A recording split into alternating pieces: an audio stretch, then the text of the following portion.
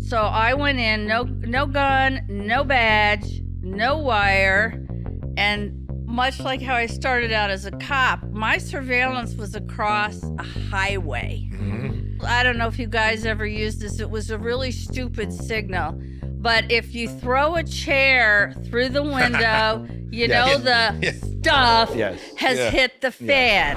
Patty was able to infiltrate some outlaw motorcycle clubs, and I have personal experience in those clubs. Man, these are some big, scary-looking guys. I can't wait to see her perspective and how she earned respect and wasn't treated like property and was able to become respected enough that they were able to do criminal activity with her. Yeah, it wasn't an easy time either. It's probably the peak of the most violent times in organized crime, whether it be the Outlaws or it be Cosa Nostra, the Italian guys, right? And she swam in both waters and lived to survive and tell her stories. So buckle up and we'll take you on a ride into Inside the Life of Patty Naughton.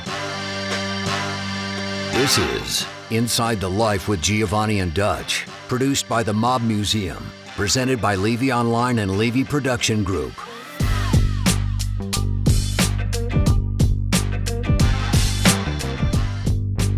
Giovanni, Rocco, and Dutch McAlpin are former police and federal task force operatives. They infiltrated drug cartels, outlaw motorcycle groups, and the mafia. Now, they share their stories, along with others who have gone inside the life. Thanks for being here, Patty. Thank you for having me. It's honestly, it's my honor to be among you guys. No. You've done great jobs as well. No, Props the honor's to you. all ours. We want to dive in and get a feeling of who you are and let everybody out in the audience just get a unique perspective on your career. We want to start young because we have to explain you are a trailblazer as far as female law enforcement goes and all the successes that you had along the way. So we could share some of those stories. And you're a badass. You know, that's how Dutch and I look at you, and we look at you and we hold you up on a pedestal. In our world, the undercover operative world, you are a badass when it comes to that. So, well, I'm among badasses, so that's quite an honor. Thank you. Thanks. You know, you've had a lot of achievements in law enforcement. You were one of the best shooters the DEA had ever seen. You were a firearms instructor, and a lot of people don't really understand that working undercover is only part of the job in law enforcement. You have other collateral responsibilities and being a firearms instructor, and all the other things you did have been tough and admirable. But to jump right into like your early undercover career, can you kind of talk about what that was like? Was it the motorcycle clubs? Was it the clandestine labs? Or like, kind of where did you start with your undercover career? I actually started after I graduated from Indiana University as a city police officer in '74. I mean, drugs were everywhere at that point. Where were you a police officer? At Bloomington, Indiana, which is where Indiana University is. I'll be brief, but this kind of tells you the times and how early it was for women. In Indiana, the Indiana State Police were the premier law enforcement agency. Mm-hmm. And I looked this up, they had no female troopers on the job until 1976. Wow. So I started on a street patrol, and I do want to give myself a little prop as being the first female class president elected, because that was very unusual back. And you guys know, in 1974, it's like, what the hell happened? No. But I was very honored with that. And so what happened is I started moonlighting narcotics, and they ended up putting me in 100% undercover. And then the state came in and said, hey, we got all these cases where we can't get a guy in. This isn't happening. So you'll appreciate this. They donated money and great, little techie things to my department so they could ship me all over the state. Does that ring a bell? Yeah. Oh, yeah. They missed me, but and so that's what really started for me. And then when an opportunity came up in '78. Well, what kind of stuff were you working as a city undercover? Well, I mean, there was all sorts of stuff. Coke, street heroin, psilocybin mushrooms were coming in, which is interesting because they're talking about them now like they've got some great benefit or something. Of course, marijuana, hash, pills. A lot of drug deals. Yeah. But was it open air drug market? Like, was it roll-ups on a corner, or was it more like inside bars or inside apartments? No, it wasn't roll-ups. That happened in Detroit. That was with heroin. I had some experience with that. But it was buys with dealers. Like under a couple of grams.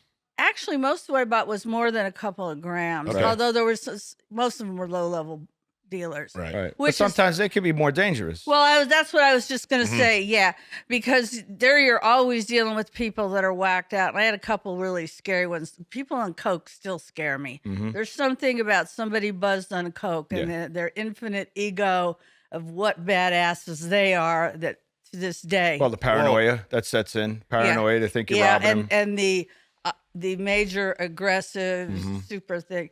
So And as an undercover female, like I'm kind of Giovanni and I have both done street level narcotics before and done those deals now how dangerous they are. But did the drug dealers treat you differently? Did they try to rip you off more? Did you feel more of a threat to robbery? Like that's And I want to ask, right? And Dutch, unique to you. You hit on a good point because that's where I was going with it. When I said you went behind closed doors and you went into apartments and into bars, you had no formal training for narcotics purchasing or undercover work. No. That was all just self-taught or intuition.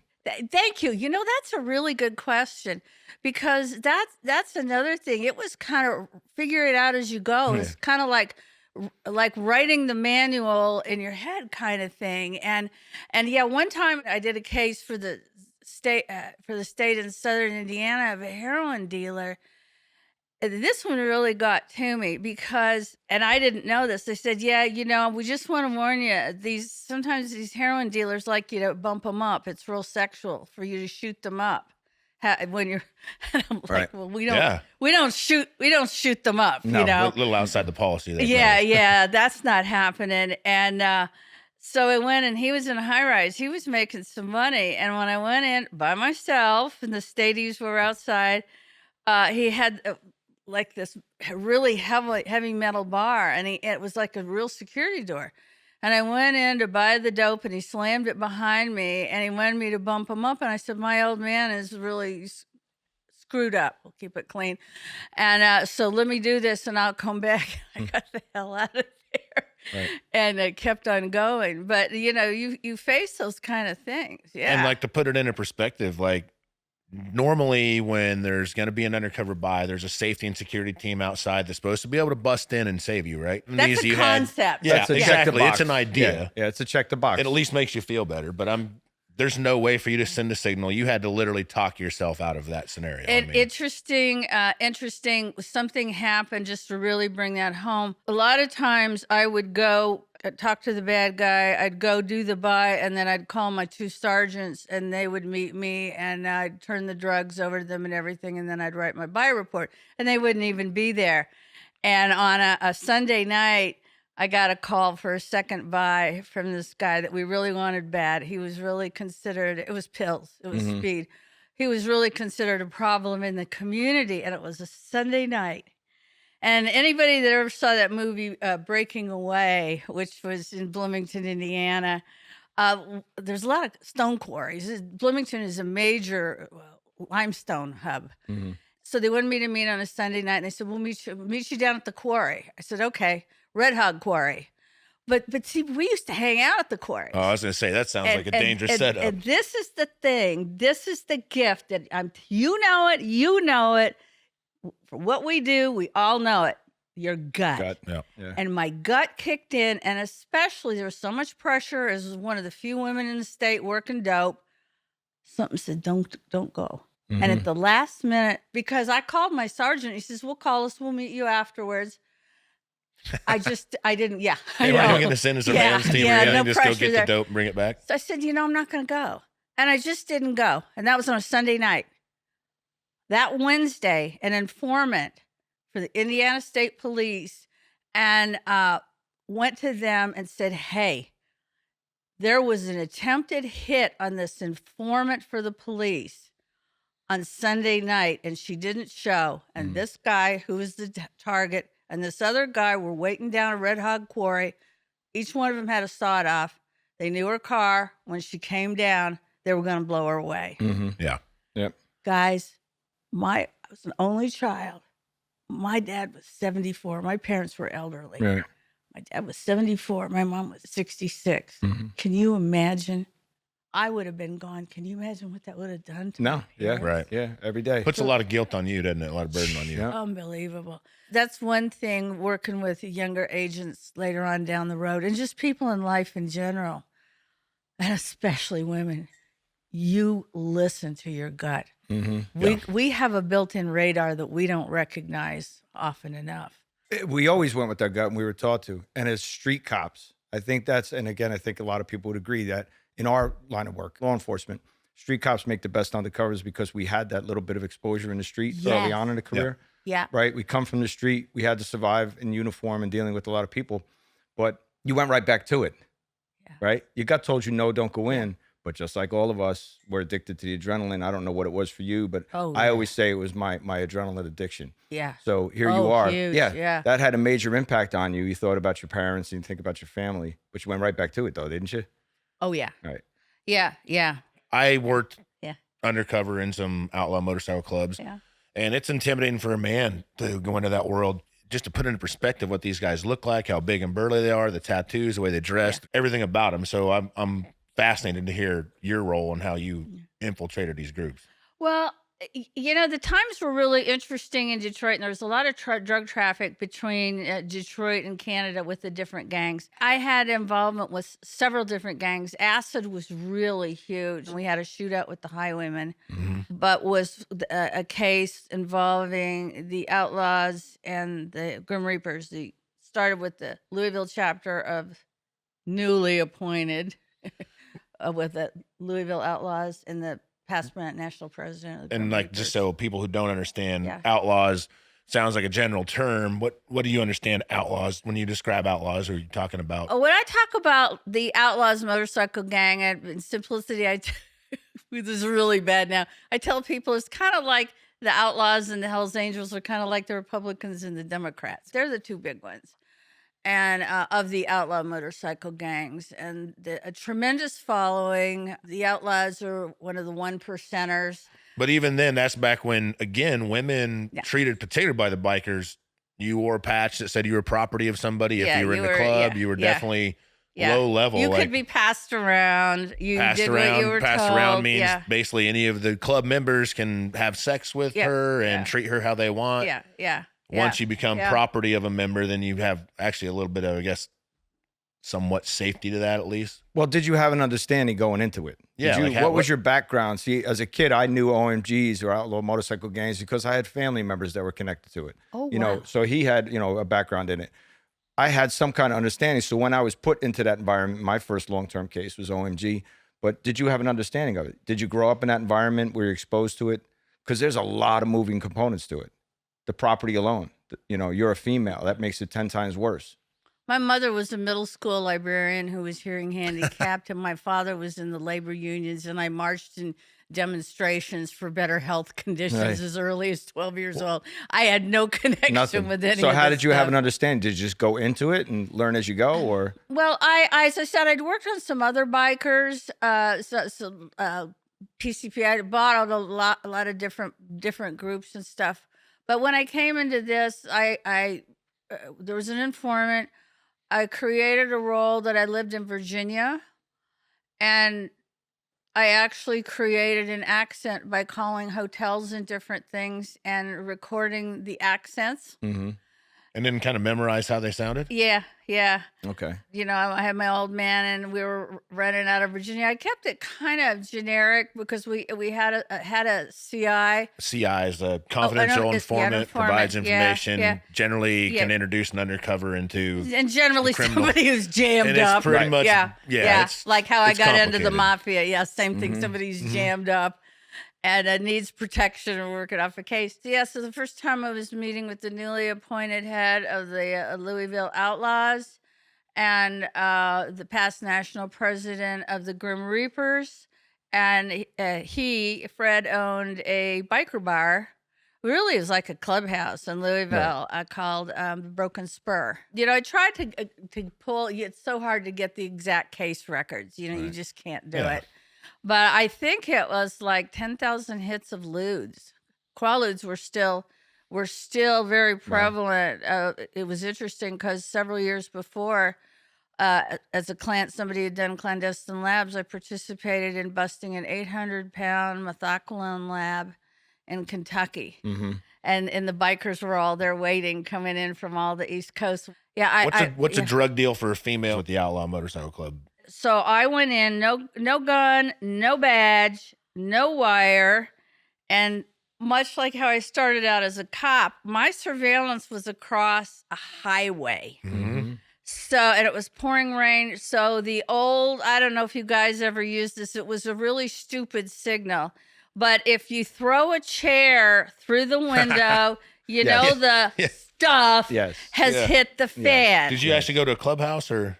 Well, it was like a biker bar, but it wasn't called the clubhouse. But the only people that were in there were bikers. You couldn't have surveillance in there. Mm-hmm. And when I was going in there weren't even any other women. So you're going in there by yourself, no wire, no backup, basically, no coverage from across the interstate. Right. No gun, no way to communicate. Right. Except throw a chair through the window. Yeah. Yeah. Okay. Yeah. And my joke was always when you did have that bus signal, God, I hope when I go in there, if the stuff hits the fan, that they don't have a recliner. Yeah. So you know, so it went really smooth. Just said, hey, you know, I'm gonna go ditch this stuff, and I'll come back and buy pizza for everybody at the bar. Mm-hmm. And you know, when I hung out, got rid of the informant immediately, which we all know you got to do, or they run the case and run their mouth and everything else. I'm sitting here quiet because you're triggering me. All right. I'm sorry. Oh, yeah. No, you're taking me right back to You're taking me. I'm listening to everything you're saying, and we've been in those shoes, right? Same thing. I'll go in the apartment, and what you're describing, the clubhouse, is exactly what I went into my first case. It was an apartment. It's on a second story. I'll just throw a rock through. It sounds like it's a piece of cake, but when it hits the fan, you are now conditioning yourself in your brain to fight for your life. You know, think of the adrenaline, right? I think that's what people don't give us credit for as undercovers, any undercover. And looking. You're with an informant. Yeah. You're with a confidential informant who has no training whatsoever, right? And no burden to protect you. And as soon as they ask, is she a cop? Yeah, she's a cop. They could panic and hit the panic button, the chicken button at any minute, right? Yeah. And they could throw you right under the bus. Yeah. And just turn on you. You know, it's happened. So absolutely. I just wanted to paint the picture because, again, it's triggering to listen to it because people don't understand the position that you put yourself in. And you're always planning. You're always looking for your exit. Different parts of the brain. Yeah. Part of it's backstory, believability. And, you know, you had asked me earlier, was it easier or harder? It was both. Because that's why the state police wanted me to do these cases, because you didn't see me coming. Mm-hmm.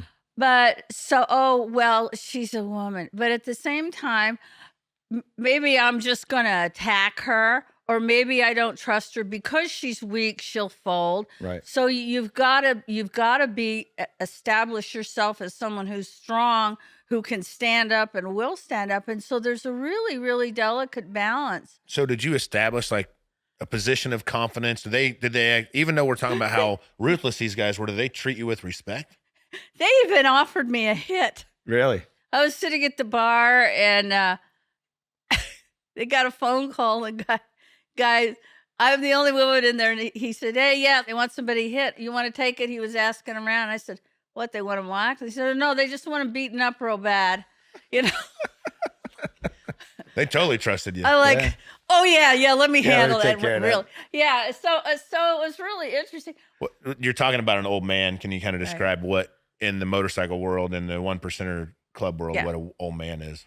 A woman in the biker culture back then, you weren't independent. You had your boyfriend, your husband, your whatever you want to call it.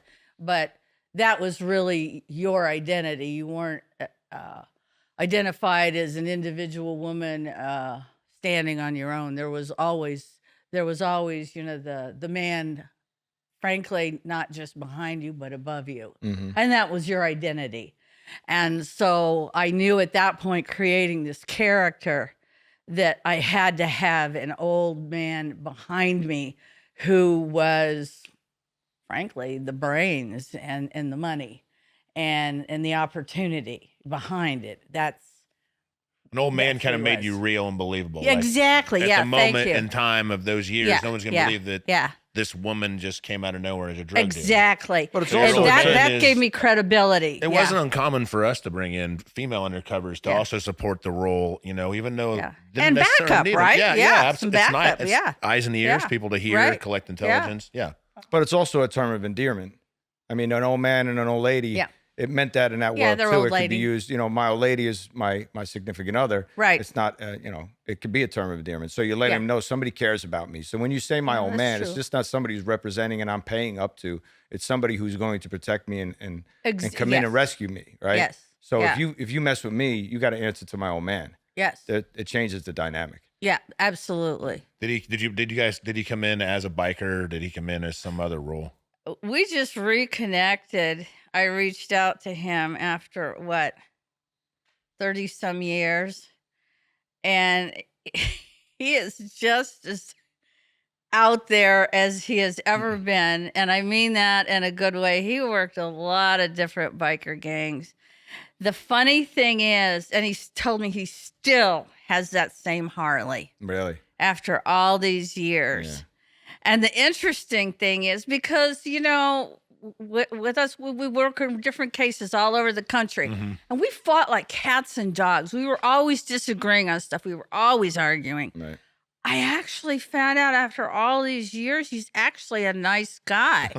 And I was like, wow, what a pleasant surprise that I actually like this guy. And we're keeping in touch, Well, they're like brothers and sisters. He and I, have, much as we love each other, have argued many times and debated and disagreed on things. Because we always know we're always right about how to do But when you're case. inside the life, whether you're undercover or on it, you need some pushback and some support and someone to kind of hold you accountable once in a while. Yeah, and sometimes you don't get saddled with the right undercover. Sometimes you don't get to pick and choose the undercovers. There might be somebody in an operation already that's working, and you're there to support them. Yeah. And once you start working with them, you realize you don't really jive that well. Dick and I had exactly that thing came to fruition that I mentioned to you about having to run completely clean undercover. And we had met with Clean meaning like basically no badge, no gun, nothing. And in our case, being in this bar clubhouse, no backup. We had met with regional chapter guy from the Outlaws, but we were meeting him in Louisville. When we left, we had a big white Cadillac undercover car, and surveillance saw a probie. We used to call them strikers back in the day. They call them probies, driving like a bat out of hell to catch up to us. a probie's a non-patch member who's trying to earn his bones, trying to gain his way into the club, right? And we must have got a good lead on him. We were ahead. He was driving like a bat out of hell. It turns out he's drunk, of course, to catch up to us to cause a traffic accident. Because this is how they check our bona fides.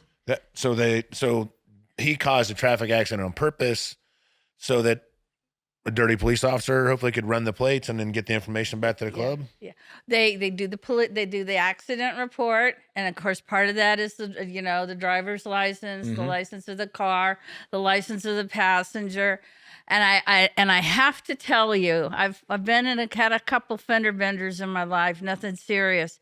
That still to this day is one of the most uncomfortable feelings I've ever had, because we had a radio secreted in the car when you can hear, and the surveillance is jacked up. Yep. Because you can hear their voices because we all know what's happening.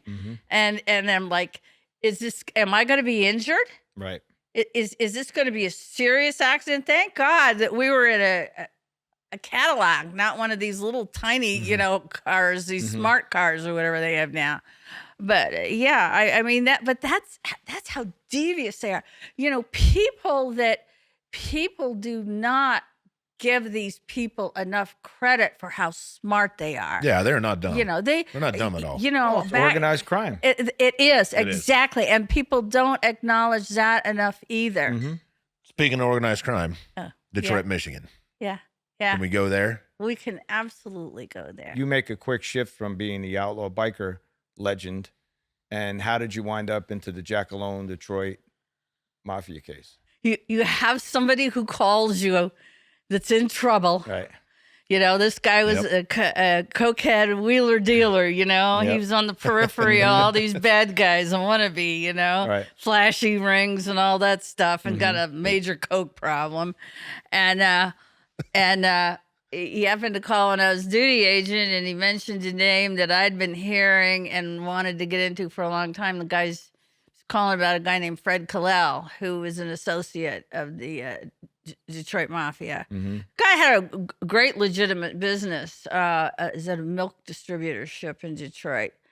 And he said he could get me into him. And so from that, it started, and I met a guy named Tom Knight. He owned a place called the Clock Restaurant in Southfield, Michigan. According to intel, he was giving the mob associates a legitimate job when they came out of prison. You know, you got to show that you got a job on parole. paper. On paper. And so I had to buy on him and a guy. What were you buying? Coke. I met him in a place called the Golden Mushroom in Southfield, Michigan. And as you guys know about the mob, one thing they're really good, just like the bikers have their biker bars, right? You know, they're closed places.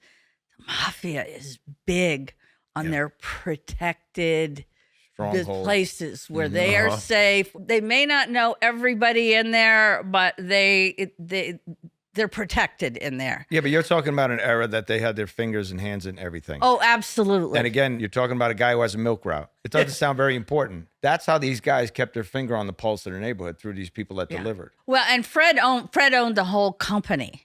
Yeah, and he was a funny guy. I think he would get into anything, you know, which is also, for what I saw, a typical mafia thing. Oh, what do you mean you got cigarettes? There's nothing too you know, small. I've never been into cigarettes. Now I'm into cigarettes. There you go. Yeah. No, he was very dapper. So the Golden Mushrooms, I was in there. It's like a social club or something like that? No, it's a beautiful restaurant in Southfield, Michigan, but it's where they met. Okay.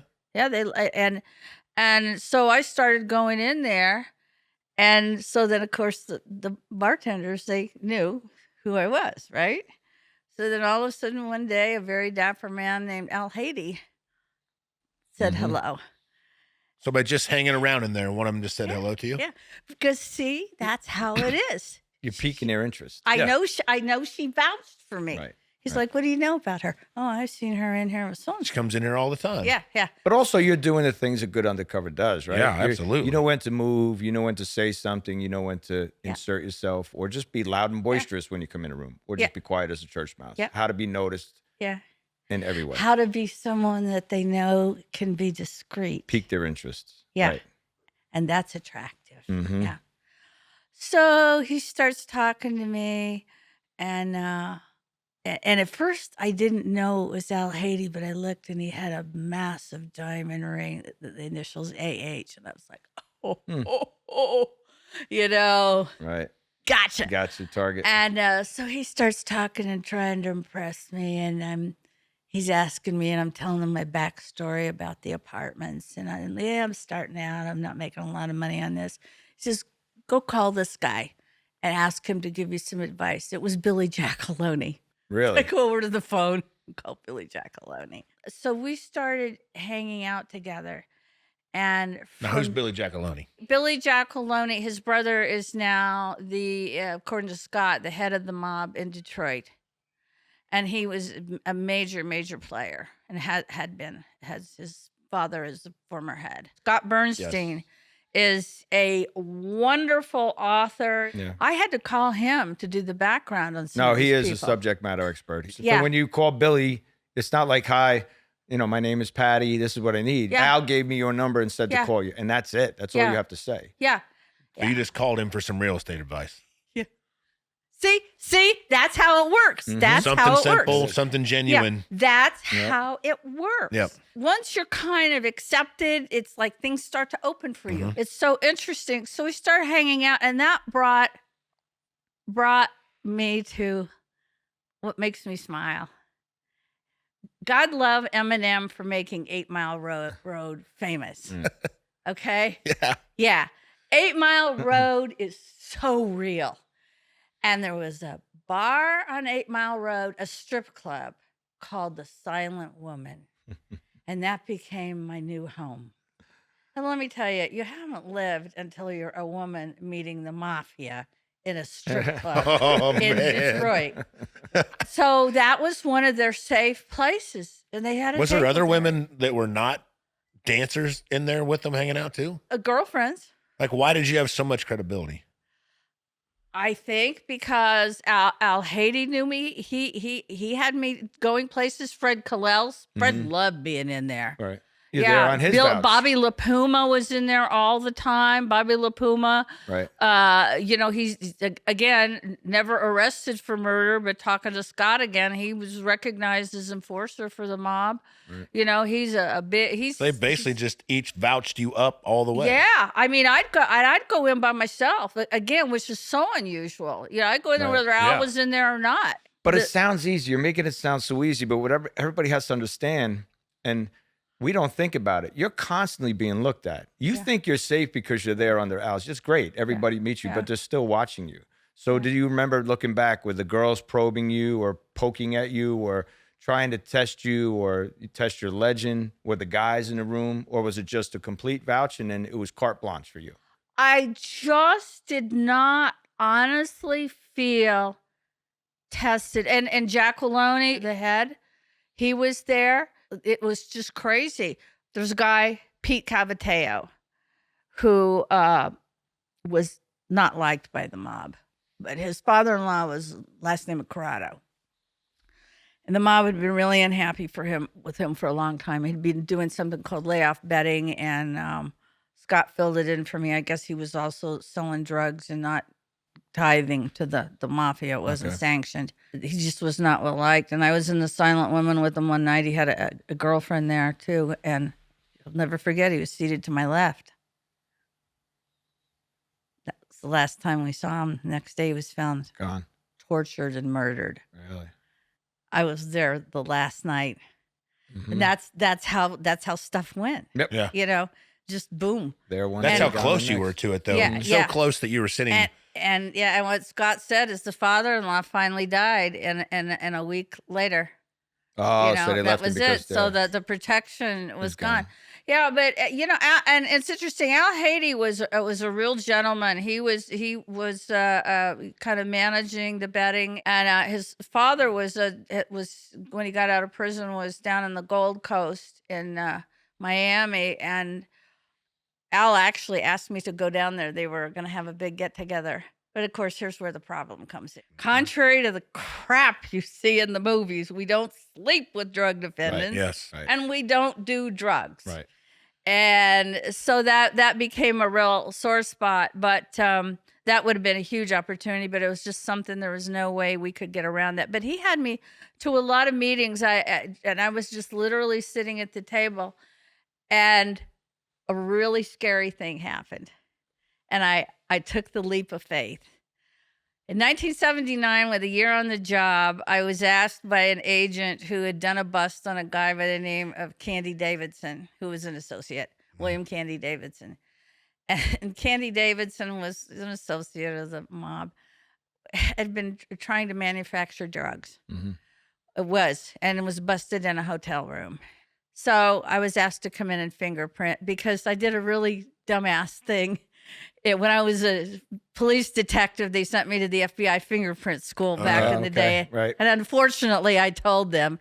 And they didn't want to do the fingerprinting anyway. So anytime there was fingerprinting, I got called. So you came out of undercover role and went to fingerprint this. Yeah, but this was when This I is only had a 79. year on the job. Okay, so yeah, this was yeah. before all this. Yeah. Okay, but at that moment, you hadn't been undercover yet from Detroit. Okay. No.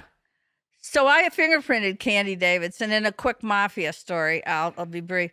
But this other agent was pretty young too, and he's like, "Yeah, come on, Candy, because he knew he was a mafia guy." He says, "Why don't you help yourself? Why don't you cooperate?" And Candy, this was in the 3-piece suit era, Yeah. the real pale blue, powder blue 3-piece suit, dressed, and he had beautiful white hair and gorgeous blue eyes, and and he's kind of like, "You know who I am, right? You know who I am. You know I'm not going to talk, right?" You know I'm not going to talk. Get this on the road. Get me down to jail. Let's get this going. Pretty cold. You're just like, okay, you told me. I get it. So what happened when I was under on these guys, Al asked me to an important party at this other kind of sanctioned place. Very few people, very private, long table. Mm-hmm. Candy Davidson was being released from prison, and Bobby LaPuma was picking him up and bringing him to the party. Holy Candy, the guy you smokes. fingerprinted, and that now, so that was 79. You fingerprinted him. So Where are we at? This was like 7 years later. Okay. And I was like, should we do it? Should I do it? Should I do it? I couldn't help myself. Right. Surveillance? I gotta know. Surveillance? Gotta know. Yeah, I can Once do again, it. I can do none. it. Right. And I'm telling you right now, those padded chairs that were in that place, they were heavy, so there would be no chairs through the window. Yep. You know? Right. Basically surveillance was down the road. Yeah. But I had to do it. I just had to see. And again, the thing that was interesting is the guys had girlfriends. But it was time when Candy was coming in, they dismissed the women. They went and sat at another table, but I was allowed to stay. Wow. And Bobby comes in with Candy Davidson. And so I'm sitting in the middle. Al is here. And Candy Davidson is sitting on the other side of Al Haiti. I'm the only woman at the table. Mm-hmm. And Candy keeps looking at me. And he keeps looking at me. And I'm like, oh, my God. He sees me. He's looking right through my soul. Yeah. Right? And That's what you think. Right. That's what you think for sure. he is like looking at me. And he never said anything. The only thing I could think, though, is it could have been because I was the only woman at the table, Right. too. Yeah. See? Right. Because, who knows? Confusing to him. Yeah. Yeah. That could have been it. Mhm. It could not have been like, I know you from my past. Yeah. Right. Yeah. But it was a really interesting times. So he didn't recognize you, and the rest of the night went on. Yeah, fine. it was okay, and I went home and fainted. Right. Yeah, because Well, you the had a pit in adrenaline your dump. stomach the whole time, Oh, right? yeah. Just Yeah. for that instance, Yeah. if he would have been like, Yeah. Yeah. where do I know you from? And Yeah. you try to come up with a story. The organization in Detroit that you were with, the Giacalone crew, and those guys and who they were, give us an idea of what they were into at the time, and describe how hard it was to, not to infiltrate them, but just be around them, the murder and mayhem that they were. They were the workers. They were the people that were really handling the work of the mafia in Detroit. Tocco was at the time the head of the mafia in Detroit, but that he was more like a figurehead. Right. But that the Giacalone clan, according to him, they were the Earners. boots on the ground. Earners. They were the boots on the ground. Right. And I think the other thing that the viewers might be interested in, and this is all well documented, is that when Hoffa was disappeared or was last seen at the Marcus Red Fox, it was the Giacalone uncle who he was supposedly meeting Mm-hmm. at that time and was last seen. So that's the Giacalone clan. Sure, which made it more dangerous for you being involved with these guys because, as you described, they're all trying to earn and kick up, right? That's Yeah, the mobs. exactly. So they're all trying to Yeah. earn. So every little scrap they could make, Yeah. and you being involved in that and being in that environment, you can get caught up in that easy. There's so many guys looking to either victimize you, looking to utilize you to earn so they can kick up and Right. be noticed. Right. So they were not easy waters to swim in for you. Scott told me something else really interesting in these times, that in 1985, which was the year that Cavateo was executed, and two other people in it that, although I didn't meet them personally, very close on all of this, the Stabiles in Eastern Market, really close to where the Giacalones had a market. 11 people were executed in 1985. It was the last really big run of bloodletting in Detroit. People don't know this, but Detroit was number 4 in population, 2 million people, and homicide capital of the country Right. for years and years and Yeah. years. It was insane. The Crips and the Bloods, we had intel, came out in 1987 to do an exploratory. Mm-hmm. We're gonna come out and move into Detroit. Test the Oh waters. hell no! Right, Right. rumor is, or intel says they took one look at what was going on in Detroit. So, yeah, we'll just stay back in Yeah. It's too California. rough. Right. Yeah, yeah. Right. What other career accomplishments have you gone through? Well, I was the first female weapons instructor. I was the first woman to be involved in a shooting in DEA. Mm-hmm. As a result of that, I really realized the importance of training and of helping to train, and how easily in DEA, we can be involved in shootings. Right. Mm-hmm. And so I got the opportunity to become the first female weapons instructor for DEA, which back then was a collateral duty. Was some of that based on the fact that you'd already been through a shooting? Do you think that helped them select you for that? Maybe. I have to tell you, I got to give props, and he is still living. The boss that I had, the special agent in charge, when I first showed up, he was kind of like, oh my God. He was a captain in the Marine Corps in the Korean War, the captain in Detroit Police, and then he went on to become the agent in charge of Detroit. Once he knew I wasn't leaving, he gave me, when I asked for an opportunity, he gave it to me. He gave me everything. That's because he respected you. He and I respected him. But And you had to earn that. I mean, he's still living, and I wanted to do it. And it made sense. And I went on to part of that, and it was a collateral duty back then. I had about 100 people that I had to qualify quarterly. Mm-hmm. And then we had an HRT team, and I taught that, which is like SWAT. We call it hazardous response team. And I was on that team. And then we also started around 1986. We started putting together a national trauma team, and I'm just really, really, really proud of that. And I was the only woman that was called in to have input when we were trying to put this thing together. That was a really big deal. When you say trauma team, is that for officers that have been involved in officer-involved shootings, on the job shootings? Because kidnapping, murders, shootings. You being involved in officer-involved shooting, I know changed the way that you taught firearms instructor. Oh, yeah. Because you're a fire instructor, it's a very sequenced thing. It's like step to the line, two on the left, one on the right. That becomes passionate for you. Oh. And you take it serious, right?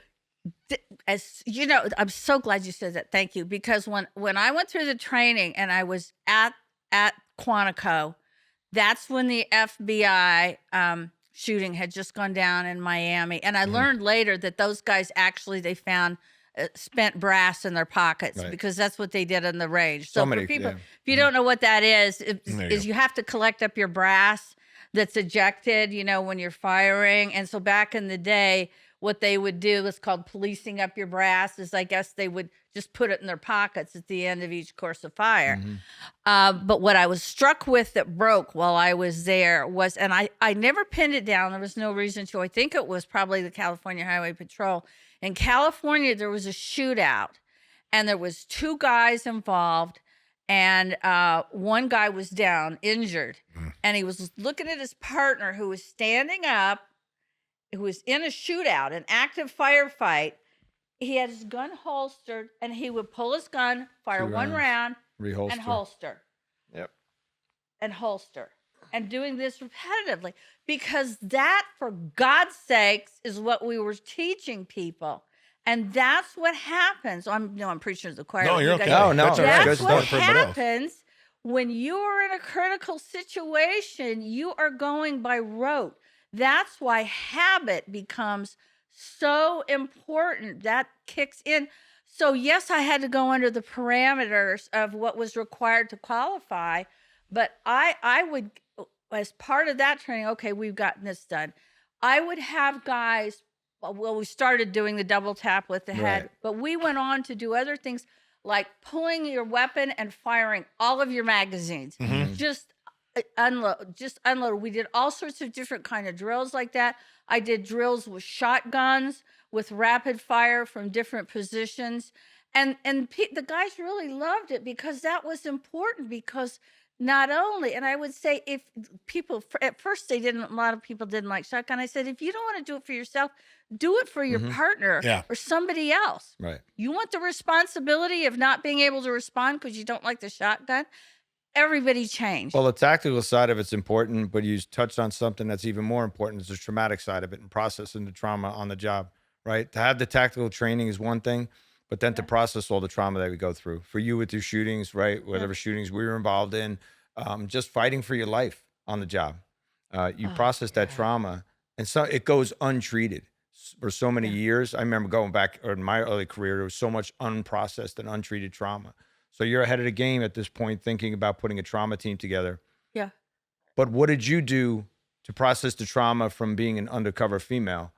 Did you talk to somebody? Did you dump it on somebody? That adrenaline dump when you got home? Was there things that you were doing to mitigate that? One of the things I did was I really tried to I tried to have a balance and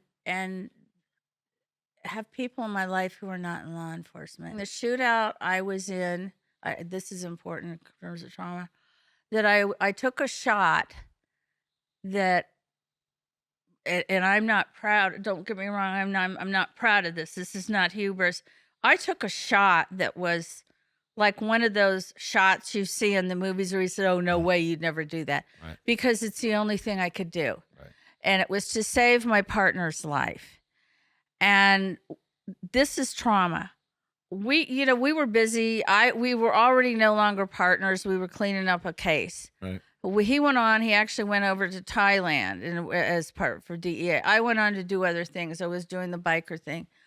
We reconnected last year, 39 years after the shooting, and I found out that he had trauma, and that in fact, when I took that shot, the guy had the gun to his head. He thought that was the guy shooting him in the head. Mm-hmm. He felt, it's called vicarious trauma, the experience. Right. He felt in his mind, his brain matter coming through. Mm-hmm. He felt the muzzle flash. And he even said he was also traumatized by the fact I took the shot. And he said, "I can't believe you took the shot. I'm glad you did." Right. I cried for 3 days after that. Sure. I cried for 3 days not knowing that he had felt that. Mm-hmm. And we've absolutely reconnected. But it's wonderful to know and reframe it to know that he's able to sit here and live in that moment because of your actions, because of what you did, and the fact that you saved his life. So it's just untreated trauma could be the worst. It could age us. Yeah. It could tear us down physically, mentally. Oh. Yeah. And I realized for me, I became hyper vigilant, like people call it codependent. Mm-hmm. Yes, yeah.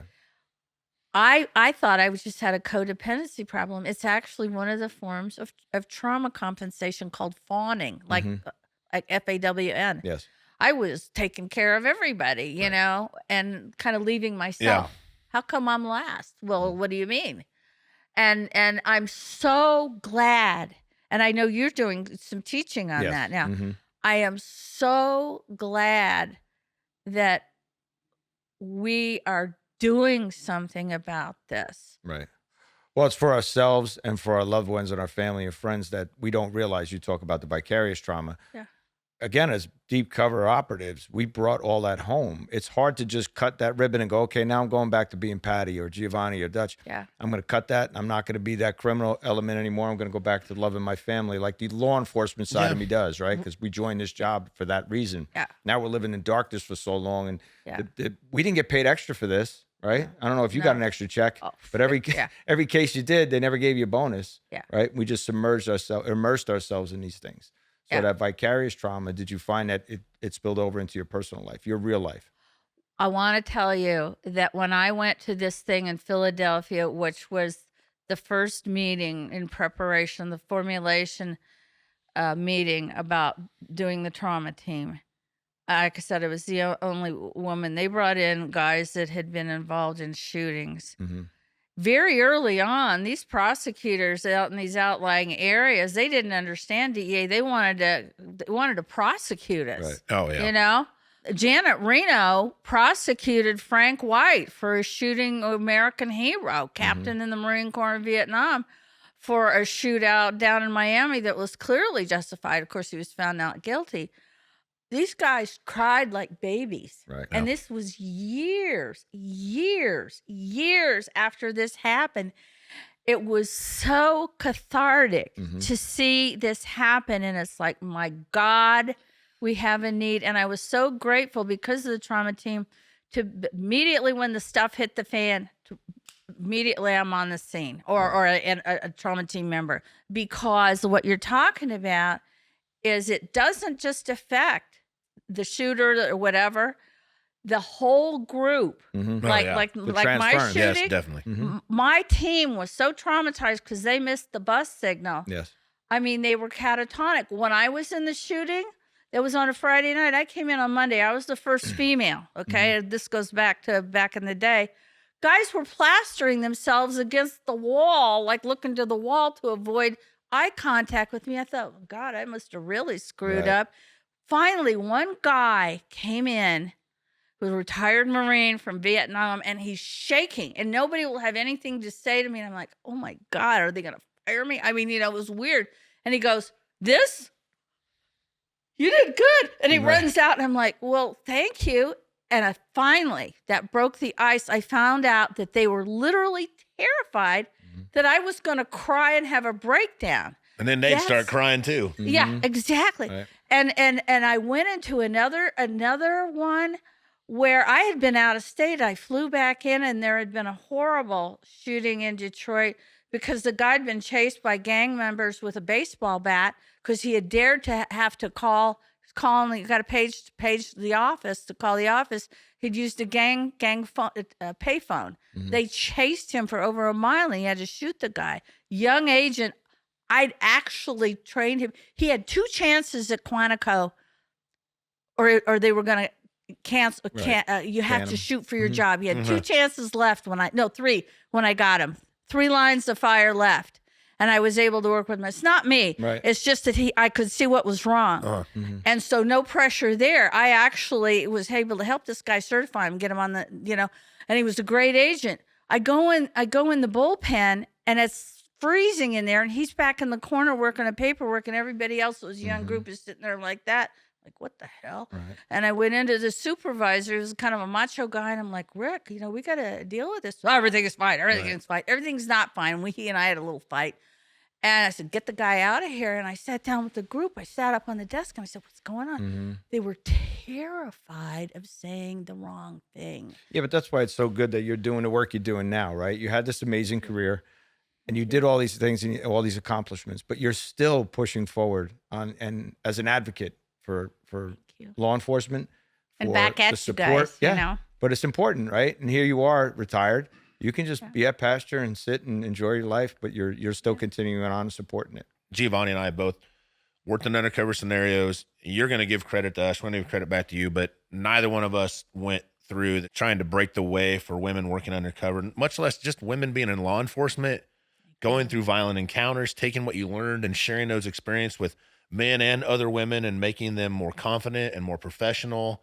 Look at the opportunities that were afforded me. I mean, I will tell you, people have said, well, wasn't it awful? People didn't want you there. And I said, look, man, we were changing the course of history. More importantly, we were changing how we saw ourselves. I was growing up in Southern Indiana. I was born in 1951. I was, we were supposed to go to Tupperware parties.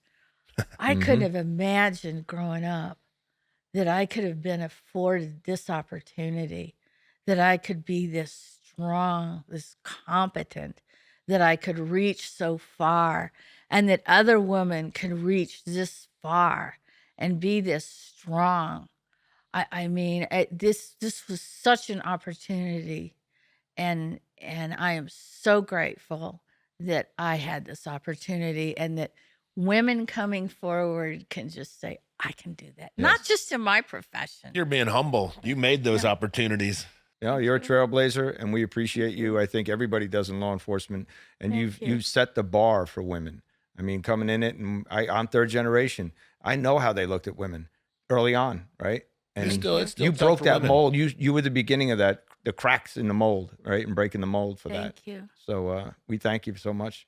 And Thank you, and props tremendous to you work. guys. I'm Mutual glad you could sit here. respect to you. It's my honor to be here. Thank you very much, Mob Museum. And Thanks, thank you Patty. guys. Thank you so much. For behind-the-scenes photos, merchandise, and exclusive content, visit InsideTheLife.org. Rate, review, and subscribe wherever you get podcasts.